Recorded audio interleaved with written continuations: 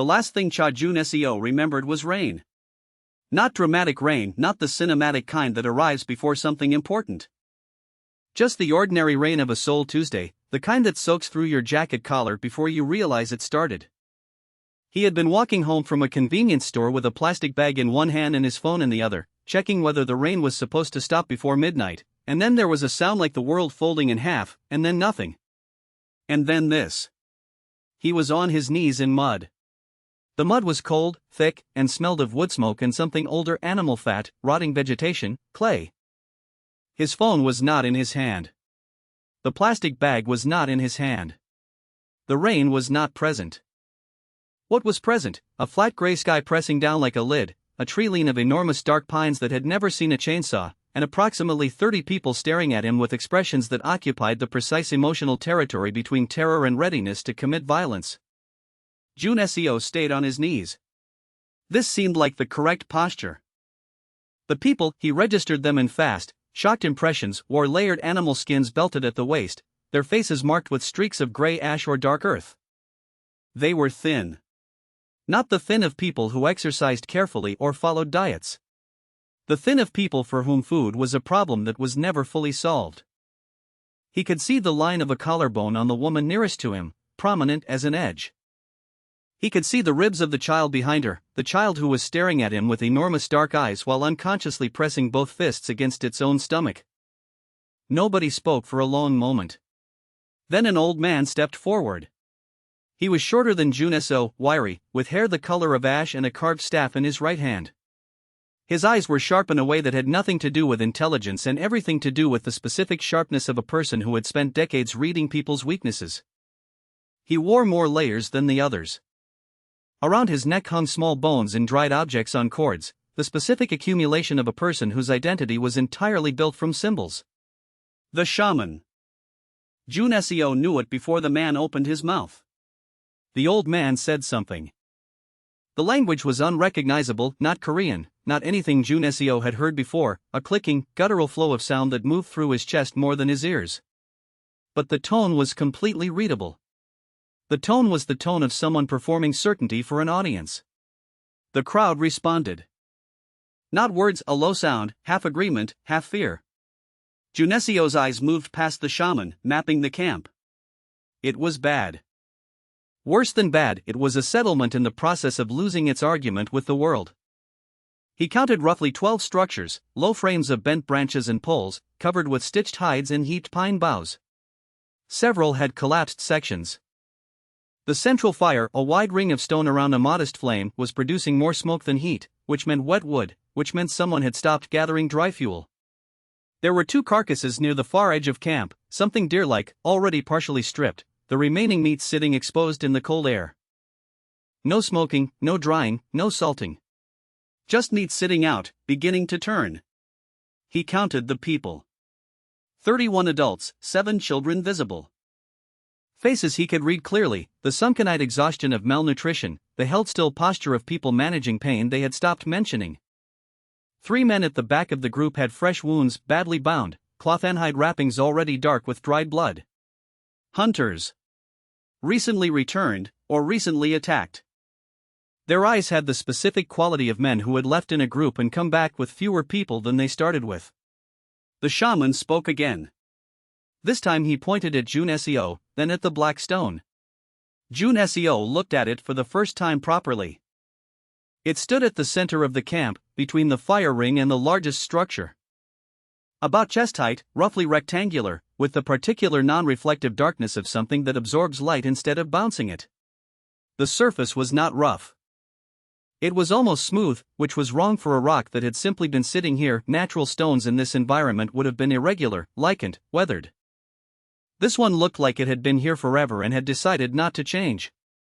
Around its base, dried blood, dark and old. Small bones. Tight bundles of herbs that had long since lost their smell.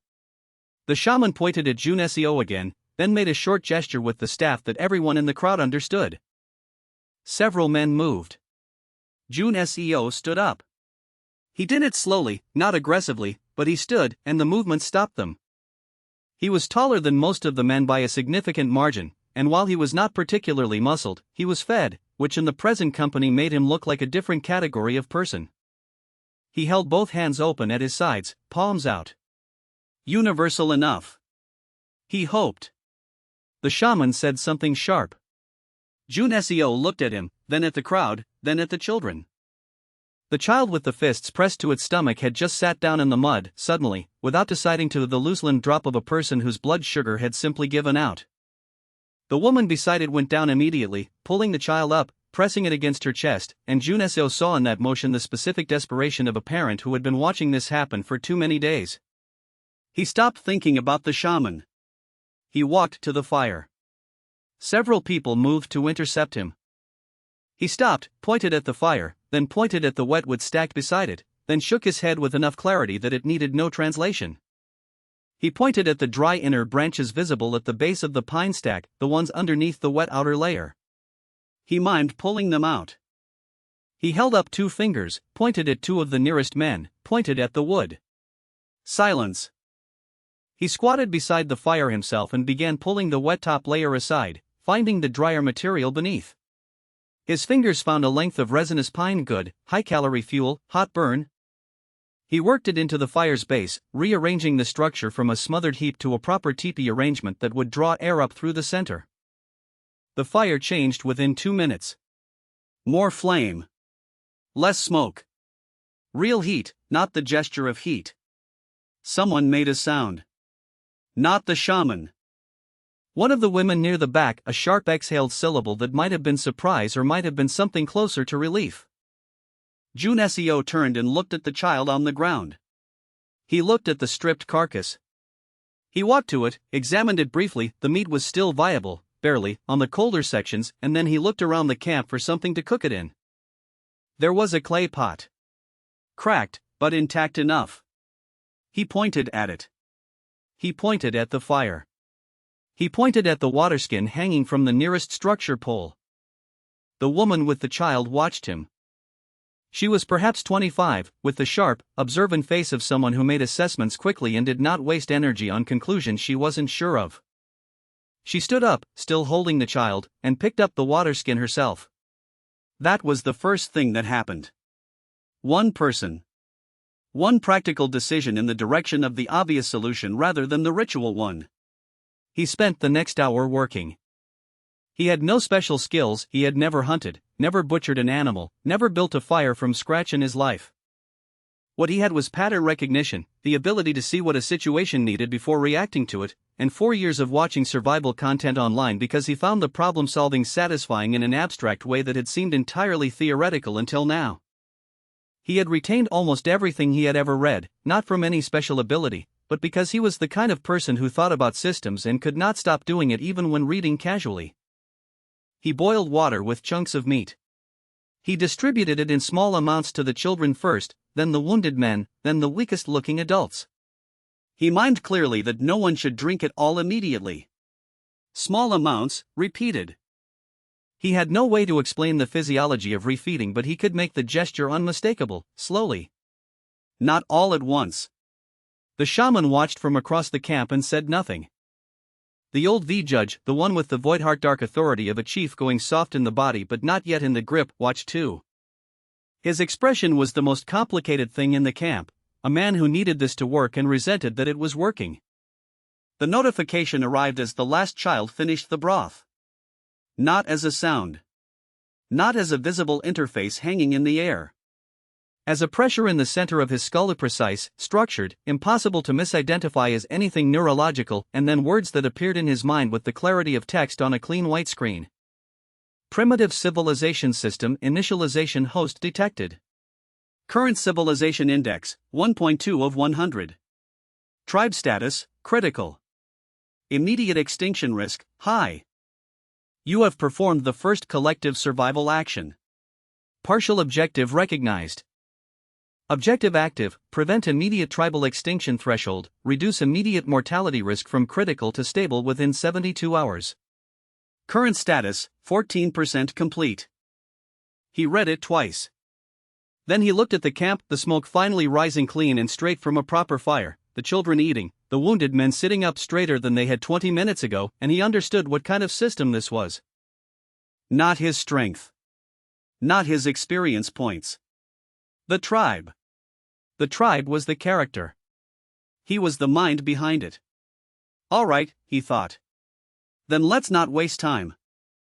The fire burned higher as the sun began to drop, and 31 adults and 7 children watched the stranger who had arrived in a fold of sky and built them a better fire, and the black stone in the center of the camp stood perfectly still, perfectly dark, and said nothing at all. For now. System status: End of Day 1 Civilization Index, 1.22.1 Immediate extinction risk, high elevated tribe cohesion, 31% fear-based, unstable authority of host, unknown no category yet established authority of shaman kare, 84% declining, first decline recorded objective progress, 14% 31% 72-hour window, active. The tribe has been fed once. The fire is stronger than yesterday. 2 children are asleep instead of shivering. This is how it begins. He started at dawn with 7 sticks. Not as a weapon. Not as tools. He pressed them into the mud in a line at the edge of camp, evenly spaced, and then stood back and looked at them until Sori, the woman who had picked up the water skin the evening before, came to stand beside him with the expression of someone who had decided to figure out what he was doing before deciding whether to trust it. He pointed at the first stick. Then at the tree lean. Then at the 3 least wounded hunters still in camp. Hunting. He pointed at the second stick. At the woodpile. At the weakest adult men, the ones too thin or too injured for the forest but still capable of carrying fuel. Third stick, water. He pointed at the stream he had located by sound the night before, just past the eastern edge of camp. Then at the clay pots. Then at 2 of the older women who moved with the efficient economy of people who had been doing camp labor since before they could name it. Sori watched each gesture without expression. When he reached the 4th stick, collection, roots and vegetation, the women with children old enough to walk, she made a short sound and said something to the woman nearest her. That woman looked at Jun Seo, then at the sticks, then said something back. A discussion. He waited, not interrupting, because the discussion was exactly what he needed to happen. By the time he reached the 7th stick, the children, who would be assigned to carrying small loads between work groups, keeping them occupied and useful and visible rather than loose in the camp stealing food, Sori turned to him and spoke a single word with a tone that clearly meant, "What are you?" He tapped his chest. Pointed at the sticks. Pointed at the camp. She looked at him for another moment, then nodded once, the nod of someone making a provisional bet, and turned to begin talking to the nearest group of women. That was how the first structure began. Not from authority. From one person deciding the logic was sound enough to try. The first problem arrived within an hour. One of the hunters, a broad-shouldered man Jun Seo had mentally categorized as the second most physically dominant person in camp after the old chief Taegon, simply walked past the hunting group and went to the meat cache instead. He took a substantial piece of the previous evening's remaining cooked stock, sat down with it away from the central fire, and began eating it alone. Jun Seo watched this. He understood immediately, this was not laziness. This was a test. The man, he would learn later the name was Ma Yu, was performing a social fact for the rest of the camp. The message was precise and had no subtlety, the old rules still apply. The strong eat when they want. The stranger's sticks mean nothing. The camp was watching. Jun Seo could feel it in the particular stillness of people pretending not to observe something. He walked over and sat down across from Ma Yu. Ma Yu looked at him with the flat challenge of someone who had never in his life been outmuscled and knew it. Jun Seo did not try to take the food. He pointed at Ma Yu's wounded arm, the wrap was fresh, but the injury underneath was clearly limiting his mobility. He mimed a bow draw, then shook his head slightly. Then he pointed at the hunting group. Then at his own eyes, watching the forest. Then at Ma Yu's arm again. You can't draw a bow with that arm. But you can be eyes. Ma Yu said nothing. Jun Seo pointed at the remaining food in the cache, then counted the camp on his fingers, all 31 adults, all 7 children, then divided with his hand. Pointed at Ma Yu's piece. The piece was larger than one person's share by a factor of approximately 3. He did not demand. He did not gesture with anger. He simply made the mathematics visible. Ma Yu finished chewing, stood up, looked at Jun Seo with an unreadable expression, and walked toward the tree lean with the hunting group. He took the extra food with him. Jun Seo let it go. The direction was the win. The smoking structure took most of the morning. He built it 20 feet from the main fire, far enough to be separate, close enough to use coals. 4 forked stakes driven into the ground. Crosspoles suspended between them. Then a frame of green branches above, over which he laid the remaining hides with gaps for airflow. Below, a small secondary fire built narrow and deep, fed with specific materials, resinous wood for initial heat, then green leaf-heavy branches for smoke, then a steady feed of the driest available fuel to maintain temperature. So-ri watched every step. She did not ask questions because she had no shared language to ask them in. She watched the way a person watches something when they are not simply curious but are committing it to memory. When the first strips of meat went over the poles, thin cut and evenly spaced, she spoke to the younger woman beside her and pointed at the gap Jun Seo had left between each strip. The younger woman nodded. So-ri had already understood the airflow principle without being told. By midday, the camp smelled different. The thin, anxious smell of a settlement burning through its last resources had shifted, just slightly, just at the edges, towards something that contained the word tomorrow. The second problem arrived at midday and was more serious. He had organized a collection group, 4 women and 3 older children, to work the eastern slope where he had noticed dense root vegetation the previous evening. They returned 2 hours later with a reasonable haul, fibrous roots, some late-season berries, dried seed heads. Good. Enough to extend the available calories meaningfully. He went to add it to the central cache. 2 of the women in the collection group had already separated portions into the folds of their clothing before returning. Not large amounts, small, fast, instinctive. The way people hide food when they have spent years not knowing when the next meal would arrive. When you have gone hungry enough times, the body makes the calculation before the mind does. Something in hand is real, something in the communal pile is theoretical. He said nothing directly. He did not point at them or expose the hidden food publicly that would collapse the fragile cooperation he was building faster than anything else. Instead, he counted the collected pile loudly and visibly, pointing at each person who had gone out, then dividing the pile into portions right there, in front of everyone, and handing one directly to each person who had worked. Clearly. Immediately. Before anything went to the central cache. You work, you eat today. The cache is for tomorrow.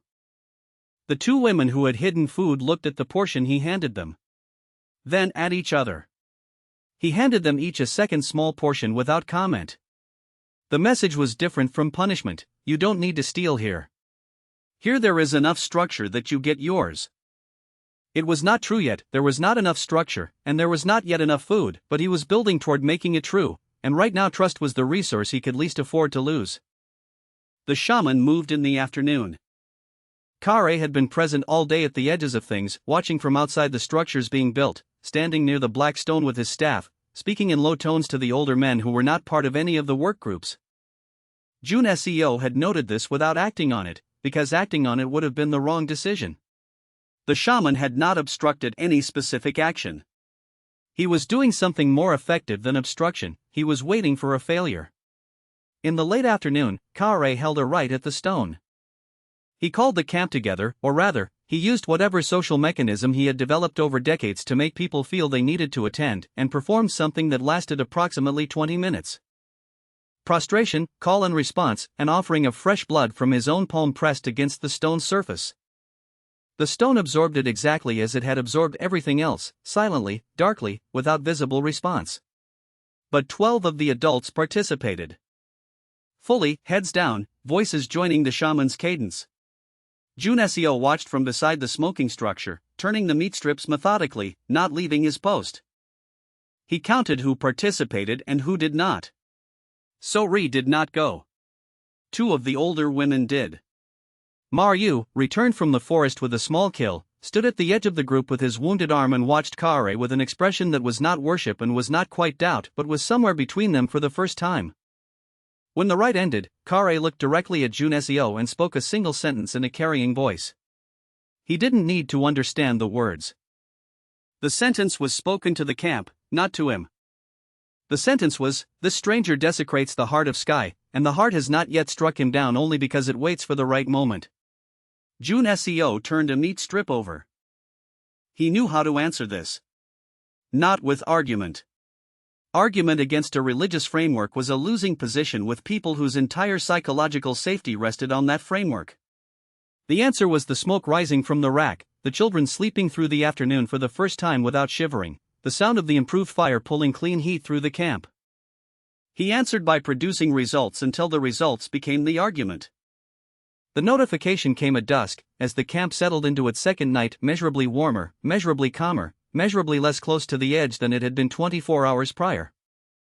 Objective progress: prevent immediate tribal extinction status, 74% threshold reached, civilization index, 2.14.8. First reward of fate, select one path, option A, smoke and preservation, full comprehension of meat preservation techniques unlocked as transferable knowledge. Smoking, drying, salt packing methodology were materials available. Estimated food security extension, 11 days at current intake. Paths to storage pit and shelter construction temporarily closed.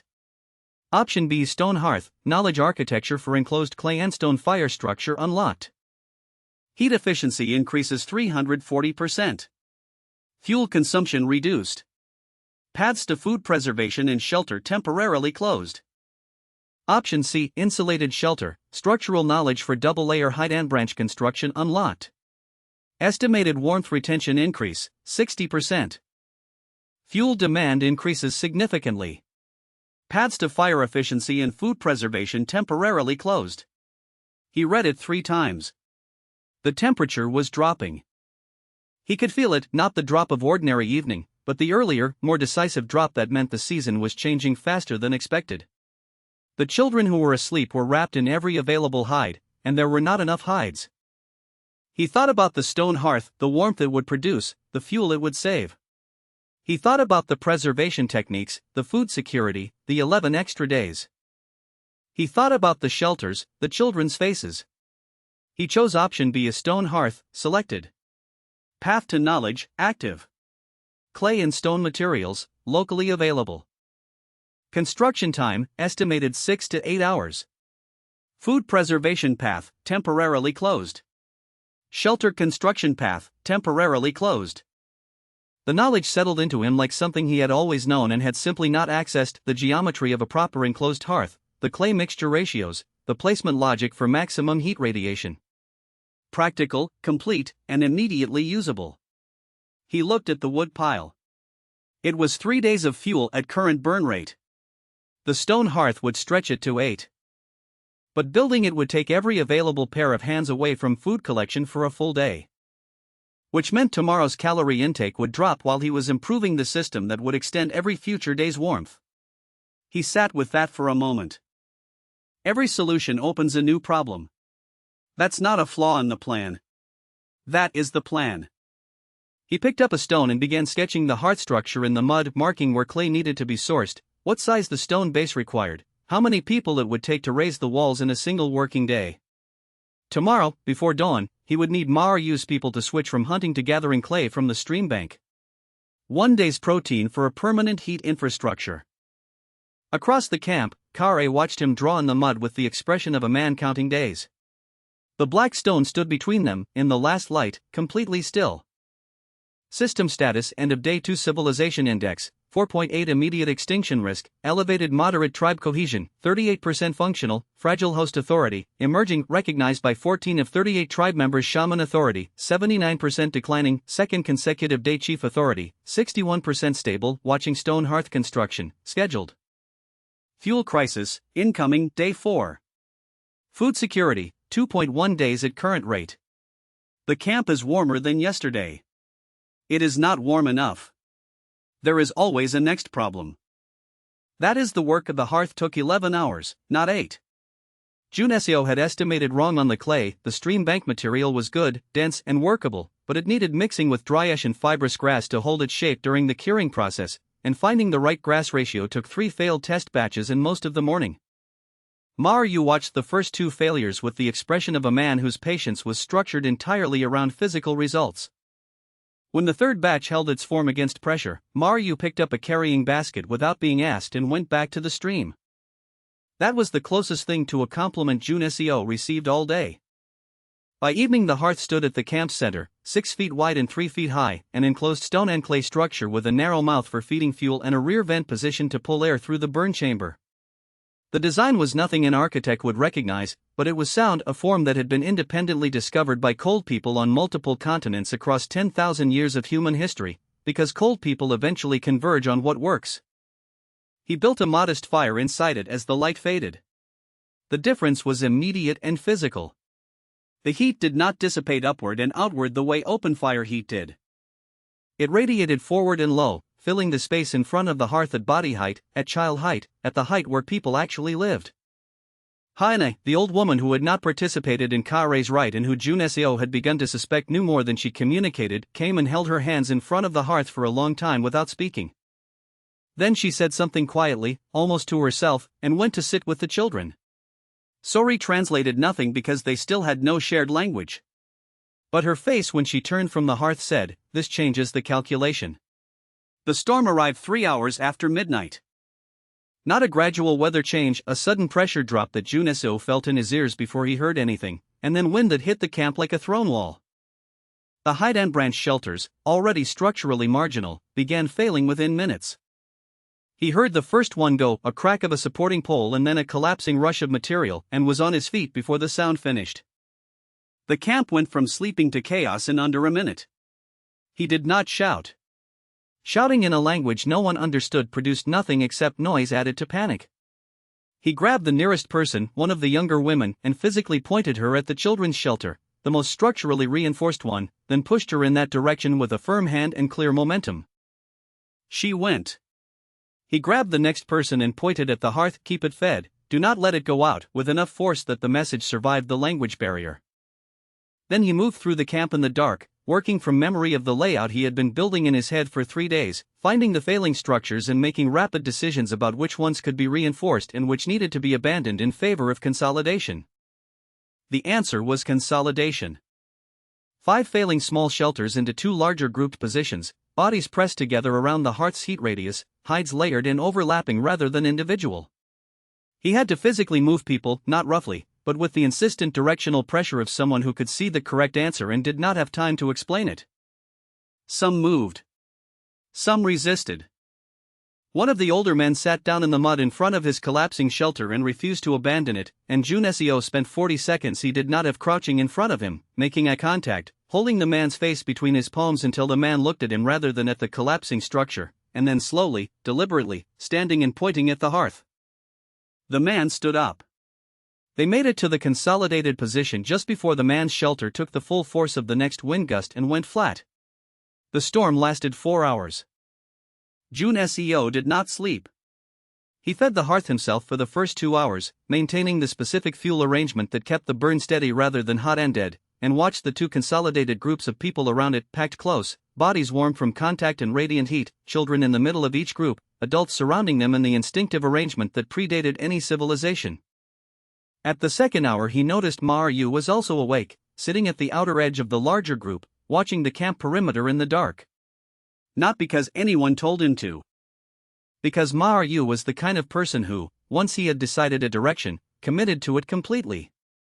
The wounded arm was braced against his knee. His eyes moved in the regular, slow pattern of someone who had done watch duty before, even without a name for it. Juneseo moved to sit beside him. They did not speak, they had approximately 40 words of functional shared vocabulary at this point, built from 3 days of pointed gestures and repeated use. But they sat together in the dark for 2 hours watching the storm move through the tree-line, and by the time the wind dropped and the sky began its first gray suggestion of dawn, something had been established that did not require language. When the camp woke, 6 shelters were gone or unfixable. But every person was alive. 31 adults. 7 children. Every one of them present, cold and shaken but alive, gathered around a hearth that had not gone out through 4 hours of storm because Juneseo had not let it. He watched the camp absorb this fact. It happened in a particular sequence. First the physical check, people reaching for children, finding them warm, looking around at the group. Then the cognitive update, the slow, visible recalibration of people realizing that what they had expected to happen, what past experience told them would happen in a night this severe, had not happened. Then, and this was the part he had not fully anticipated, the search for an explanation. They looked at the hearth. They looked at him. They looked at the black stone. And here was the problem, or the complication, or perhaps both at once: the stone was different. Not dramatically. Not glowing or humming or floating. But its surface, which had been uniformly dark since his arrival, had a quality this morning that it had not had before. A faint warmth when touched, Ha-and discovered, pressing her palm flat against it with the focused attention of someone confirming a suspicion. Not the warmth of sunlight or proximity to fire, the hearth was 15 feet away. An internal warmth. Slight, unmistakable, and new. Ha-and said something to Sori. Sori looked at Junesio. He walked to the stone and pressed his own hand against it. The warmth was real. Not hot, barely above ambient temperature. But present. He had no explanation for it. He filed it carefully in the part of his mind that tracked things requiring more information before conclusions could be drawn, and kept his expression neutral. Kare was watching from across the camp with the particular frozen quality of a person whose entire framework has just been challenged by evidence they cannot immediately reframe. The cult began that morning, and it began without anyone deciding to start it. Asaidan, the boy, 12 years old, one of Junesio's shadows since day 2, was the one who initiated it. He walked to the stone, pressed his small palm against it the way Ha-and had, then looked at Junesio with an expression of pure, uncomplicated certainty, and said something short and declarative to the nearest group of adults. Junesio caught perhaps 2 words of it.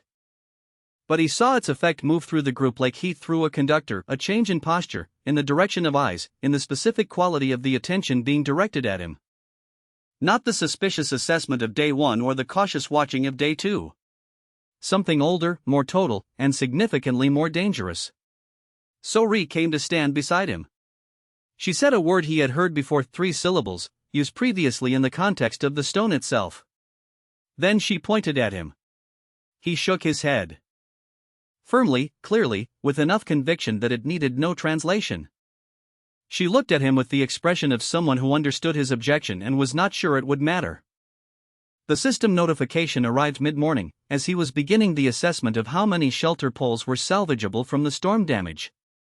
Critical event recognized, full tribal survival, storm crisis. 0 casualties. 0 children lost. Hearth maintained under extreme conditions. Civilization Index, 4.89.3 second reward of fate, select one path, option A, law of ration, formalized distribution system unlocked. Equal portion allocation methodology. Social contract architecture, primitive. Theft deterrence, structural rather than punitive. Risk, direct challenge to existing dominance hierarchy. Paths to watch system and unity ritual temporarily closed. Option B, night watch, rotational guard system unlocked. Perimeter awareness, threat detection, duty roster architecture. Group security increases significantly. Requires minimum 4 reliable individuals. Paths to ration law and unity ritual temporarily closed. Option C, ritual of union, ceremonial framework unlocked. Shared symbolic practice under host's authority rather than shaman's. Psychological cohesion increases sharply. Risk, accelerates cult formation around host. Paths to ration law and watch system temporarily closed. He sat with it for longer than he had sat with any previous decision. Option C was the fastest path to functional cooperation, and the most direct road to becoming everything he was trying to replace. Option A was structurally correct and would generate the most organized resistance he had yet faced from the men who currently ate more than others specifically because no structure prevented it. He chose option A, law of ration, selected. Distribution architecture, active. Implementation requires public establishment of measurement and allocation standard. Warning, existing dominance hierarchy will be directly challenged. High conflict probability. He implemented it the same afternoon. He used a clay bowl as the unit of measurement, 1 bowl per adult per meal, half bowl for children under a certain height, an additional half bowl for anyone who had worked a full task in the day's assignment. Visible, repeatable, consistent. He distributed the evening meal himself, standing beside the food cache, handing each person their portion directly. 3 men refused to approach for their portion and instead walked to the cache to take food directly as they always had. Jun Seo stepped in front of the cache. This was the moment. He had known it was coming since he chose option A, had chosen it knowing it was coming. The 3 men were physically larger than him, and one of them was one of the hunters who had returned with wounds, which meant he was a person the camp associated with hardship and survival in the old framework. He did not move. He held out the bowl, the correct measured portion, and waited. The camp was completely still. Ma Yu, from across the fire, stood up. He did not walk forward. He simply stood, visible, in the direction of the 3 men. The first man took the bowl. The other 2 followed. Kare went to Taegon's shelter that night. Jun Seo did not hear the conversation. He did not need to. He could read its shape from what had happened that day. The shaman had spent 3 days watching the camp shift, and tonight was the night he stopped watching and started moving. Taegon was the piece Kare had left untouched because the old chief's authority was the only remaining social structure large enough to be used against the new one. The alliance between the old structures, against the new one. Jun Seo had expected it. Expecting it and being ready for it were related but not identical problems. He lay beside the hearth in the dark, watching the clay walls hold their heat, listening to the camp breathe the slower, deeper breath of people who had survived something and knew it, and thought about the next move. The stone, 15 feet away, was still faintly warm. He had no explanation for that yet. But he noted, with the careful attention he gave to things that didn't fit his current model, that it had been cold for every day of Kare's leadership, through every ritual and every blood offering and every winter the tribe had endured in fear. It had warmed on day 3. Day 3 of his presence. Day 3 of results. He was not ready to draw a conclusion from that. But he was watching. System status: end of day 3 civilization index, 9.3 immediate extinction risk, moderate low tribe cohesion, 51% rising, crisis bonded host authority, 44% emerging rapidly shaman authority, 71% declining, coalition forming chief authority, 63% active, Kare interface initiated law of ration, implemented. First enforcement, successful. Internal conflict probability, high within 48 hours. Stone thermal reading, plus 2.1 degrees Celsius above ambient. Cause, unclassified. The tribe survived the storm. The storm inside the camp is just beginning. On day 5, strangers came to the treeline. Jun Seo saw them before anyone else did, because he had developed the habit of waking before the camp and spending the first gray minutes of dawn walking the perimeter. Not from paranoia, from the same systematic attention he applied to everything else. A camp that had been invisible in its weakness was becoming visible in its strength, and visibility was a property that cut in both directions. There were 4 of them at the eastern edge, just inside the first tree cover, standing still in the way that people stand still when they are observing something rather than passing through.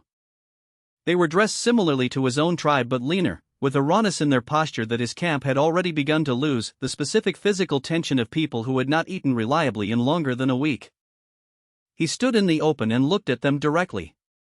They did not move for a long moment. Then the tallest one said something to the others, and all 4 withdrew into the treeline without haste, in the manner of people who had seen what they came to see and were now going somewhere to discuss it.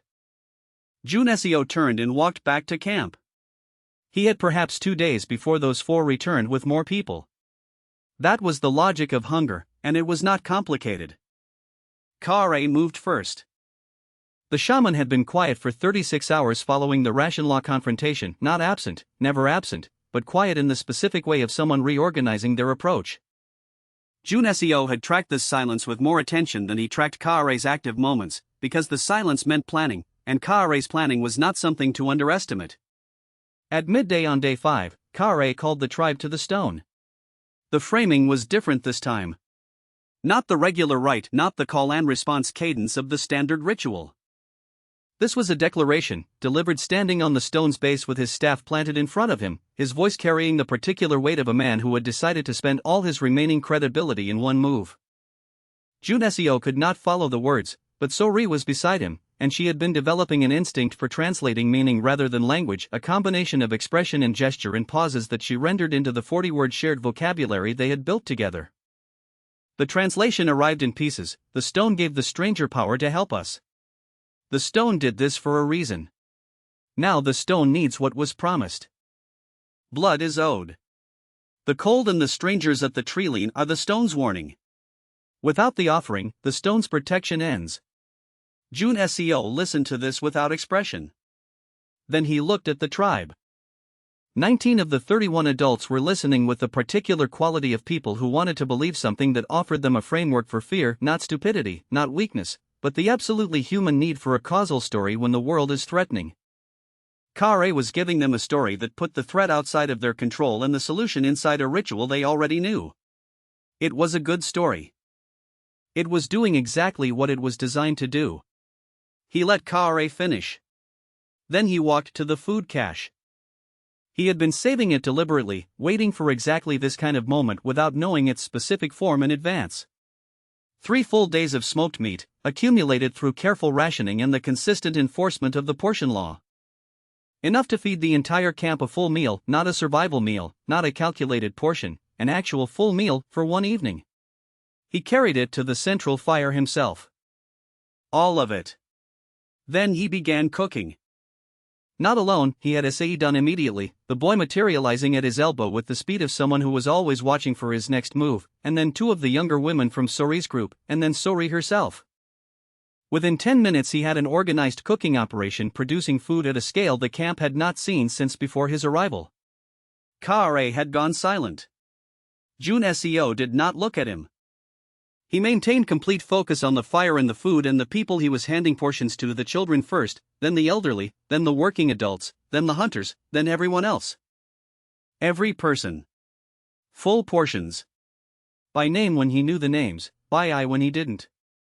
When he reached the 3 men who had initially refused the ration law, he handed them their portions without ceremony, the same as everyone else. No acknowledgement of the previous confrontation. No visible scoring of points. He saved the last portion and walked to Kare. He held it out. The shaman looked at the food. Then at Jun Seo. Then at the camp, at 31 fed people, at 7 children who were not pressing their fists to their stomachs, at a fire that had not gone out in 5 days, at a stone that was measurably warmer than it had been a week ago. Kare took the food. He did not eat it in public. He turned and went to his shelter. But he took it. That was the public scene, not a confrontation, not a power performance, not a speech. Just meat, fire, and the specific eloquence of a full stomach in a camp that had been running on fear and ritual for longer than anyone present could clearly remember. The system notification came that evening, quiet and precise. Event recognized, symbolic authority contested and resolved. Method, material demonstration over ritual claim. Tribe confidence in host, significant increase. Civilization Index, 9.313.7 Third Reward of Fate, select one path, Option 8 Palisade, Defensive Perimeter Architecture unlocked. Stake and post barrier construction, entry point control, basic fortification geometry. Camp becomes defensible position. Expansion becomes more difficult. Paths to signal fires and clan unification temporarily closed. Option B Signal fires, long distance communication system unlocked. Elevated fire positions, smoke pattern language, perimeter warning network. Diplomatic and intelligence value. Does not prevent incursion. Paths to palisade and clan unification temporarily closed. Option C Clan unification, diplomatic framework unlocked. Absorption protocol for small external groups. Increases population and labor. Increases resource demand immediately. Risk, internal cultural friction. Paths to palisade and signal fires temporarily closed. He thought about the 4 figures at the treeline. He thought about Kare's coalition with Taegon, still forming, still dangerous. He thought about the fundamental difference between a camp that could be taken and a camp that could not. He chose option A palisade, selected. Construction knowledge, active. Materials, locally available. Estimated labor requirement, full tribe, 3 days minimum. Note, a defended camp is a visible claim. Visible claims invite larger responses than invisible ones. He started the palisade at dawn on day 6. The design was simple: a ring of sharpened stakes, angled outward, set deep enough in the earth to resist pushing, close enough together to prevent easy passage. Not a wall, not a fortress, a statement. A line that said, this space is held, and entering it is a decision with consequences. Ma Ryu understood it immediately, with the instinct of a hunter who thought in terms of terrain and approach vectors. He took the staking crew without being asked and began driving posts with the methodical efficiency of someone who had found his correct function and was now operating inside it. His wounded arm was nearly healed. He worked with both. The problem arrived at midday. 3 of the older men, the ones most closely aligned with Taegon's remaining social gravity, stopped working and sat down at the edge of camp. Not aggressive, passive. The resistance of people who had decided to make their position visible without making it violent. Taegon himself sat outside his shelter and watched the palisade go up with the expression of a man watching something being built around his diminishing authority. Jun Seo walked to the 3 seated men. He looked at them for a moment, then at the treeline, then back at them. He made no gesture about the work. He pointed at the eastern edge where the strangers had stood. He held up 4 fingers. Then he spread his hands, more. Then he pointed at the unfinished section of the palisade. 2 of the 3 men stood up and returned to work. The 3rd remained seated. Jun Seo noted him, let him be, and moved on. On the evening of day 6, the 4 strangers returned. This time there were 9. They stood at the treeline for longer than before, visible in the last light, looking at the partial ring of stakes and the fire burning inside it and the organized movement of people working with purpose. They were close enough that Jun Seo could read posture, hunger, calculation, and something newer, a reassessment of what this camp was and whether their original plan still applied. He walked to the palisade perimeter and stood at the unfinished eastern gap, the main entry point, the section he had deliberately left open while construction continued. He looked at the 9 figures in the treeline. He did not reach for a weapon. He did not perform aggression. He simply stood there and was visible and present and completely still. Ma Ryu appeared at his left shoulder. Then Sori's 2 strongest women, who had taken to doing this and materializing when presence was needed without being called. Then a Sei done, which Jun Seo would have prevented if he'd had time. 9 people at the treeline looking at 5 people at the camp perimeter. The 5 people at the camp perimeter were standing inside the beginning of a fortification, with smoke rising behind them from a fire that had burned for 6 consecutive days, with the posture of people who were not running any calculations about whether to stay. The 9 withdrew after a long moment. That night Kare went to Taegon's shelter again. Jun Seo tracked the visit by the quality of the silence it produced in the camp, the way certain adults kept their eyes slightly away from both shelters, the careful social blindness of people who knew something was being decided and did not want to be visible in relation to it. Ha and I came to sit beside Jun Seo at the hearth. The old woman had been in the camp longer than anyone except possibly Taegon himself, and she carried that time and the specific density of her silences. She looked at the stone warmer now than day 1 by a margin even Jun Seo could feel from 3 feet away without touching it, and said something in a measured, quiet tone. He caught 2 words he had learned. One was the word for the stone. The other was a word Sori had used once before in a context that suggested memory or old or before. Ha and I pointed at the stone. Then at the ground beneath it. Then she made a gesture downward, not the ground, but below the ground. Below the camp.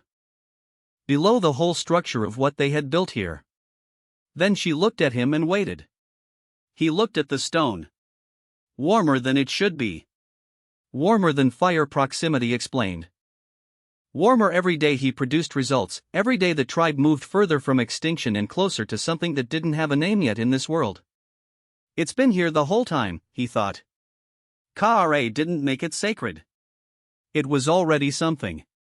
He just built the wrong thing around it. The palisade stakes cast long shadows in the firelight, a rough ring around a camp that was, for the first time and longer than anyone alive could remember, pointing in the direction of tomorrow. The strangers in the forest were not gone. Kare and Taegon were not done. And beneath the stone, whatever Ha and I remembered pointed to, was older than all of them. System status: end of day 6 civilization index, 13.7 immediate extinction risk, low tribe cohesion, 57% climbing host authority, 61% majority for first-time shaman authority, 64% active coalition, danger increasing chief authority, 59% aligned with shaman palisade, 60% complete. Completion, day 8. External threat, 9 individuals, reassessing. Return probability, high. Stone thermal reading, plus 4.7 degrees Celsius above ambient. Classification, pending. Ha-9 knowledge asset, unextracted. Priority, high. The camp can now be defended. Defended things attract attention. Attention is coming. He drew it in the mud on the morning of day 7. Not a map, a structure. Circles and lines, the way a person sketches an organizational chart when they are trying to make something abstract visible. A large circle at the center for the hearth.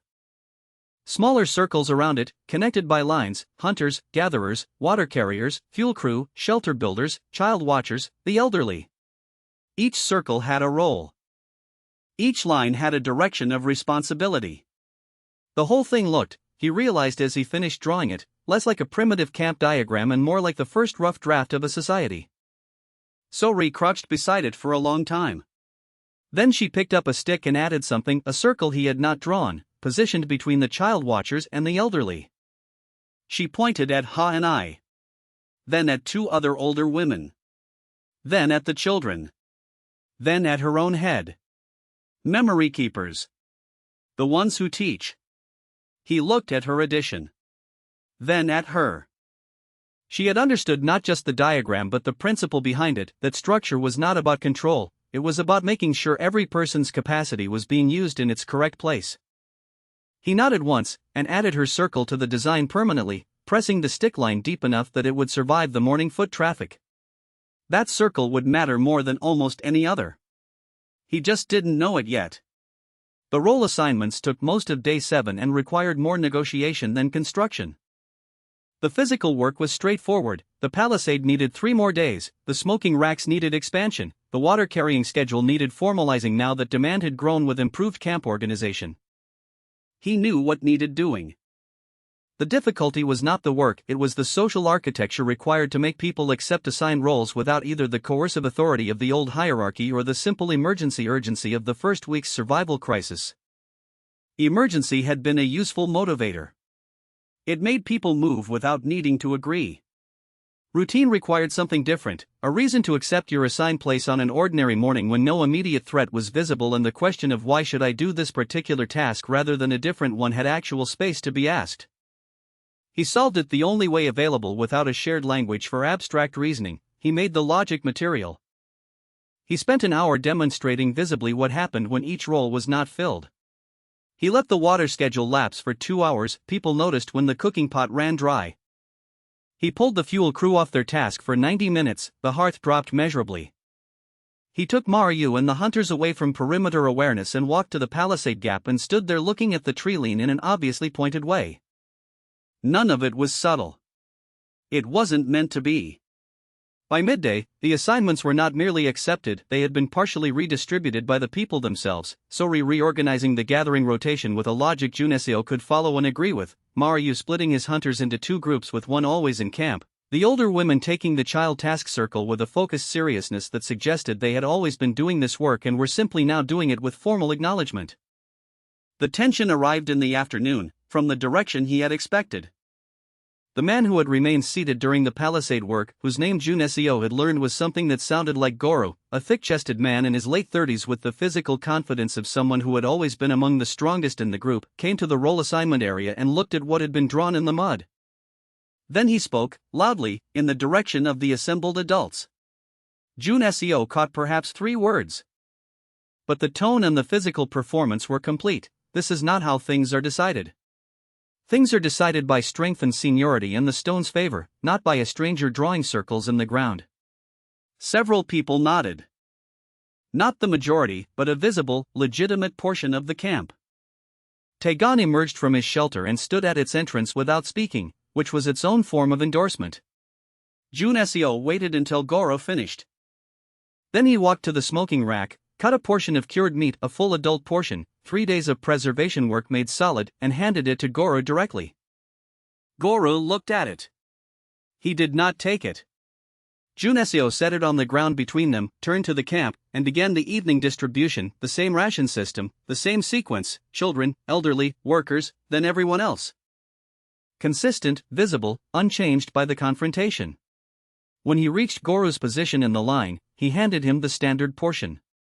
Goru took this one.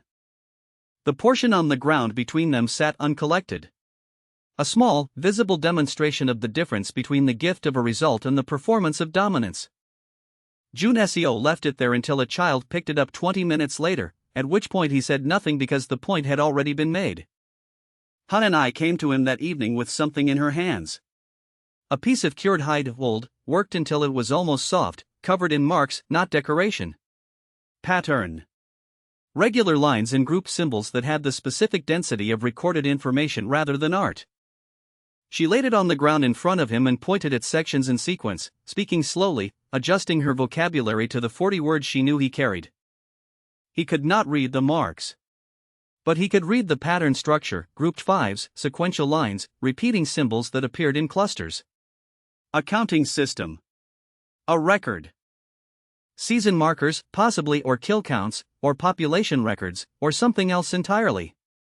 The specific content was opaque, but the existence of it was not. Ha and I had been keeping records of something for a long time, in a camp where no one else appeared to know or care that she was doing it. He pointed at the marks. Pointed at her. Then pointed at his own temple, the gesture they had developed for knowledge or memory. She nodded. Then she pointed at one symbol that recurred throughout, appearing at irregular intervals, sometimes circled, sometimes with additional marks around it. She pointed at it, then at the black stone, then made the downward gesture she had made before. Below. Before. Old. He studied the symbol. It was not complex, a circle with a line through it, the kind of mark a person invents when they need to represent something they cannot draw literally. It appeared 7 times on the hide at intervals that suggested significant time between occurrences. Whatever it marked, it had happened 7 times in Ha and I's recorded history. He carefully, precisely, committed the symbol to memory. Then he pointed at himself, then at the marks, with the clearest question gesture he had. Can I learn this? Will you teach me? Ha and I looked at him for a long moment. Then she folded the hide, put it inside her clothing, and said a single word. He had heard the word before. Sori used it about things that were confirmed and decided. The closest translation he had was, yes, but correctly. The 9th stranger came alone, at dusk, on day 8. He walked out of the treeline without weapons visible, hands open at his sides, and stopped at the palisade entrance, the eastern gap, still open, which Jun Seo had begun thinking of as a deliberate architectural choice rather than an incomplete construction. A gap said, "You may enter, but you are choosing to." The man was perhaps 30, with the lean, worn look of the others Jun Seo had seen, but his posture was different. Not the collective watching posture of a scouting group. Individual decision. Alone by choice. Jun Seo walked to the gap and stood in it. The man said something, slowly, with the careful enunciation of someone who suspected they might not be understood and was trying to compensate with clarity. Sori appeared at Jun Seo's shoulder. She listened, then said 4 words from their shared vocabulary: hungry. His people. Many children. Jun Seo looked at the man for a moment. Then he stepped aside from the gap, not an invitation, but an absence of obstruction, and walked to the smoking rack. He cut a portion. Returned. Held it out. The man took it immediately, with the fast, controlled movement of someone managing deep hunger with practiced dignity. He ate a small amount, then wrapped the rest and held it against his chest. Jun Seo pointed at the man. Then at the treeline. Then held up all his fingers twice, the gesture he used for many. A question. The man held up both hands and spread them twice, then added 3 more fingers. 23 people. Jun Seo stood with that number for a moment. Then he pointed at the palisade, at the hearth, at the smoking rack, at the organized camp behind him. He made the gesture for this. He pointed at the man. Then at the treeline. Then made the same gesture, this. The man looked at the camp for a long time. At the fire that had not gone out. At the children visible through the gap, not pressed against stomachs, not sitting down in the mud. At the stakes in the smoke and the organized motion of people who knew what they were doing and where they needed to be. He said one word. June SEO didn't know what it meant. But its shape was a question with only one real answer. The system notification came as the man turned back toward the treeline to return to his people. Event recognized, first external diplomatic contact. Camp structure visible and legible to outside groups. Internal organization index, functional. Civilization index, 13.7 19.4 Fourth reward of fate, select one path, option A, Council of Elders, governance architecture unlocked. Formal advisory structure, decision-sharing protocol, authority distributed across senior members. Stability increases. Decision speed decreases. Paths to loyalty ritual and internal exchange temporarily closed. Option B, loyalty ritual, ceremonial oath framework unlocked. Symbolic binding of tribe members to shared identity under host authority. Cohesion increases sharply. Cult formation risk, high. Paths to council and internal exchange temporarily closed. Option C, internal exchange, primitive trade and contribution system unlocked. Labor and resource tracking, reward for surplus production, incentive architecture.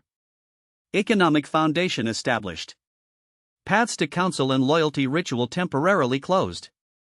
He stood at the palisade gap in the last light, watching the man disappear into the treeline, and thought about 23 more people arriving in the morning, hungry, uncertain, carrying their own internal hierarchies and fears and habits, and what structure this camp needed to absorb them without fracturing. He chose option A, Council of Elders, selected. Governance framework, active. Minimum composition, 3 senior members. Recommended, high and I, plus 2 others with existing social authority. Note, distributing authority creates stability and creates resistance. Both are features. Across the camp, Kare stood at the stone with his palms flat against its surface. Whatever temperature it was registering against his hands, his expression said it was not what he wanted to feel. Maryu came to stand beside Jun Seo at the gap. Tomorrow, Jun Seo said, in Korean, to no one who could understand him, but the word itself was enough, pointed at the treeline, pointed at the camp, pointed at everything being built. Maryu looked at the treeline. Then at the camp. Then he nodded once, with the complete, unhesitating certainty of a man who had picked his direction and intended to walk it all the way to wherever it led. System status end of day 8 civilization index, 19.4 immediate extinction risk, low negligible tribe cohesion, 63% structured, rising host authority, 71% dominant for first-time shaman authority, 58% coalition active, Kare/Tagon/Goro external group, 23 individuals, incoming. Integration, pending. Council of Elders, initializing. Hanai confirmed. 2 seats open. Internal fracture probability, high upon external absorption. Stone thermal reading, plus 6.2 degrees Celsius above ambient. Hanai's records, 7 occurrences of unclassified event. Interval analysis, pending. The tribe is no longer dying. It is becoming something. What it becomes depends on the next 10 decisions. The next 10 decisions begin tomorrow. The 23 arrived on the morning of day 9. They came in a loose column through the eastern gap, the lone man from the evening before walking at the front, and Jun Seo counted them as they entered, 11 adults, 5 adolescents old enough to work, 7 children, no elderly. A group that had already lost its oldest members. The children had the specific look of children who had been carried part of the way, too tired for their legs to have covered the full distance, old enough to be embarrassed about it. He had the camp ready. Not ceremonially ready, practically ready. The hearth was burning at full output. The morning ration was already distributed to his own tribe, so there was no visible competition at the food cache. The smoking racks had a fresh run of meat from Maryu's pre-dawn hunt. He had positioned Sori and 2 of her women at the entry point specifically because they were the faces most legible to strangers, open, assessing, not aggressive. The integration took 3 days and nearly broke the ration system entirely. The mathematics were simple and brutal, 54 people instead of 38, with the same food production infrastructure and a fuel supply that had been calculated for the original number. The new arrivals brought 2 functional hunters and 3 competent gatherers, which helped. They brought nothing in the way of stored food, which did not. On the second day of integration, a fight broke out at the cache. One of the new adult men in Goro, who had apparently decided that the new arrivals represented an opportunity to reassert the old dominance principle under cover of the disruption. Juneseo arrived at the sound of it, looked at both men, pointed at Goro's assigned role station, pointed at the new man's temporary assignment, and waited with the specific quality of stillness that had begun to function as its own authority, not threat, not performance, just the absolute refusal to be moved by noise. Both men separated. Goro walked to his station. The new man followed Juneseo to the food cache, where Juneseo re-demonstrated the ration distribution with the patience of someone who had done it enough times to know that repetition was the actual mechanism of teaching. The Council of Elders held its first formal session on day 10. Hyanai was the natural anchor. She had been functioning as the tribe's institutional memory long before the council had a name, and her presence gave it a credibility that Juneseo alone could not manufacture. He had spent 2 days identifying the second and third seats. An older man named something that sounded like Baro, who had no particular loyalty to Kare's coalition and whose authority rested on a long reputation for accurate weather reading and terrain knowledge, and, after considerable internal debate, Sori herself, who was not elderly but who had become the functional interpreter between Juneseo's framework and the tribe's comprehension of it, which made her operationally more important. Then seniority. Kare attended the first session as an observer and said nothing for its entire duration. His silence was the loudest thing in the camp. On day 12, Juneseo walked the full perimeter of the territory they were functionally using, the camp, the hunting ranges Maor use groups had established, the gathering routes, the water access, and thought about the word future in a way he had not had bandwidth for during the first week's survival crisis. Hunting and gathering was a treadmill. It kept people alive at a rate that was permanently dependent on what the environment chose to provide on any given day. One bad hunting week, one early frost that killed the root vegetables, one territorial incursion from another group that pushed them off their established ranges, and all the organizational structure he had built became a sophisticated mechanism for distributing insufficient food more equitably. That was not a civilization. That was a well-managed camp. The distinction mattered. He started with the seeds. The gathering women, Sori's group had become the most systematically effective collectors in the expanded tribe, had been bringing back everything edible without differentiation. He began pulling them aside individually, through Sori's translation work, and asking them to separate the seed heads. Not to eat. To keep. He demonstrated the principle with a small cleared patch of ground near the palisade's inner edge, loosen the soil, set the seeds at regular intervals, cover lightly, mark the location. The reaction was instructive. Sori understood immediately. Her face made the connection between seed and future plant with the speed of someone whose mind had been waiting for this particular concept to be named. 3 of the older gathering women understood after one demonstration. 2 did not understand and kept eating the seeds until Juneseo caught them and repeated the demonstration with enough visible specificity that the concept finally transferred. Sae Dun understood before Juneseo finished explaining, which was becoming a pattern. The boy had an instinct for the logic underneath the action, not just what Juneseo was doing but why, which was a different and rarer kind of understanding. Juneseo had begun spending deliberate time with him in the evenings, using Hyanai's counting system as a shared language for concepts too complex for their 40-word vocabulary, drawing patterns and relationships in the ash at the hearth's edge. Sae Dun was learning to count in a systematic way. He was also, Juneseo suspected, learning something more general, that the world had rules underneath its surface, and that knowing the rules was a form of power entirely unlike the power of physical strength or ritual authority. Kare had noticed. The system notification arrived on day 13, after Juneseo had successfully established the seed plot, reorganized the food storage into a covered pit cache with a weighted stone seal, and documented the tribe's seasonal calendar with Hyanai's help into a form that could be taught to others. Civilization threshold reached, subsistence foundation first deliberate food cultivation initiated. Storage architecture, functional. Knowledge transmission, active. Civilization index, 19.428.6 Fifth reward of fate, select one path, option 8 root cellar, underground storage architecture unlocked. Temperature stable food preservation for root vegetables and dried goods. Storage capacity increases fourfold. Estimated food security, 3 weeks at current population. Requires significant labor and internal excavation. Paths to seed cultivation and craft tools temporarily closed. Option B, seed cultivation, systematic planting methodology unlocked. Soil preparation, seed selection, seasonal scheduling, crop rotation primitive form. Food independence begins. Yield, slow, first harvest months away. Paths to root cellar and craft tools temporarily closed. Option C, craft tools, basic toolmaking knowledge unlocked. Improved cutting, digging, and construction instruments from local stone and bone. All other production activities become more efficient. Indirect benefit to everything. No immediate food security increase. Paths to root cellar and seed cultivation temporarily closed.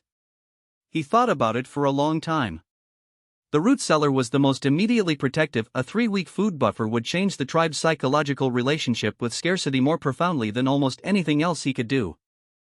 Seed cultivation was the correct long-term answer, the actual civilizational leap, but its first harvest was months away, and months away was a different problem than today.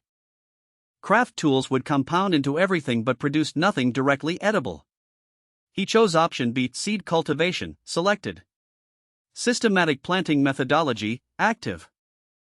First viable harvest window, 60 to 80 days under current conditions. Immediate food security, unchanged. Long-term food independence, initiated. Warning, a tribe with a planted field has a fixed location. A fixed location can be found, targeted, and taken. He read that warning twice. He had known it intellectually before the system stated it. But seeing it stated precisely changed its weight. A planted field was a claim. Claims required defense. Defense required strength. Strength visible from the outside looked, to hungry people, like a target worth the effort. The spy was found on day 14.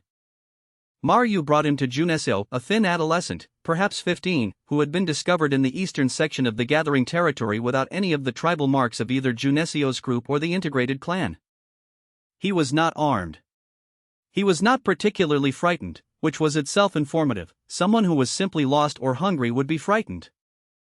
Someone on a task would be managing their fear with purpose. Juneseo looked at him for a moment, then at the camp visible behind them, the palisade, the organized smoke from the racks, the seed plot, the storage pit with its stone seal, the hearth. Through this adolescent's eyes, through the eyes of whoever had sent him, a camp that had acquired things worth acquiring. He gave the boy food. A full portion, the same as anyone else. Then he walked him to the eastern gap and let him leave. Maryu looked at him. Juneseo pointed at the gap, then at his own eyes, then at the gap again. Watch it. All night. Maryu nodded and did not question the decision. He had already reached the same conclusion Juneseo had. Letting the boy go with food was a different kind of message than holding him. We know you were watching. We are not afraid of being watched. We have enough to share and still have more. Whether that message would be received correctly depended entirely on the character of whoever had sent the boy. Kare moved on day 15, and the move was elegant. He went to Taegon, which was expected. He went to Goru, which was expected. But he also went, quietly, to 3 of the men from the integrated clan, the new arrivals, who had not been present for the first weeks of the camp's transformation, who had not watched Juneseo build the fire structure and survive the storm and defeat the shaman's public challenge with meat and distribution. They had arrived to an already functional camp and had received an explanation from their own community about how it had become functional, which was a different narrative from watching it happen. Kare's narrative to them, Juneseo pieced together through Sori's reporting over 2 evenings. The stranger built this camp with the stone's power, but the stranger doesn't understand the stone. He will use the power incorrectly and the stone will withdraw it. When that happens, the people who were here first will blame the newcomers. Better to be aligned with the stone's true voice before that moment comes. It was a good argument. It was targeted precisely at the psychological vulnerability of people who were new to a community and uncertain of their standing in it. It offered them a coalition with established members against the risk of being scapegoated. Juneseo heard Sori's account of this and sat with it carefully. Kare was not a fool. He had never been a fool. He had been a man with a framework that stopped working, and he was adapting that framework rather than abandoning it, which was both more understandable and more dangerous than simple obstruction. He went to the 3 new men himself the next morning. He did not address Kare's argument. He showed them the seed plot, the carefully spaced planting rows, the marked stakes, the soil preparation, and walked them through what it would produce and when, using Saidan as interpreter since the boy had developed a functional bridge vocabulary between Junesio's gestural language and the broader tribal tongue. Then he showed them the storage pit, the food reserve, the smoking rack's current output. Then he said, through Saidan, as clearly as he could manage, in 60 days, this field produces food. Everyone in this camp eats from it. You and your children included. That is what this is building. The three men looked at the seed plot for a long time. One of them asked something. Saidan translated, "What if you leave?" Junesio pointed at the seed plot. At the storage pit. At the hearth structure. At the palisade. These don't leave.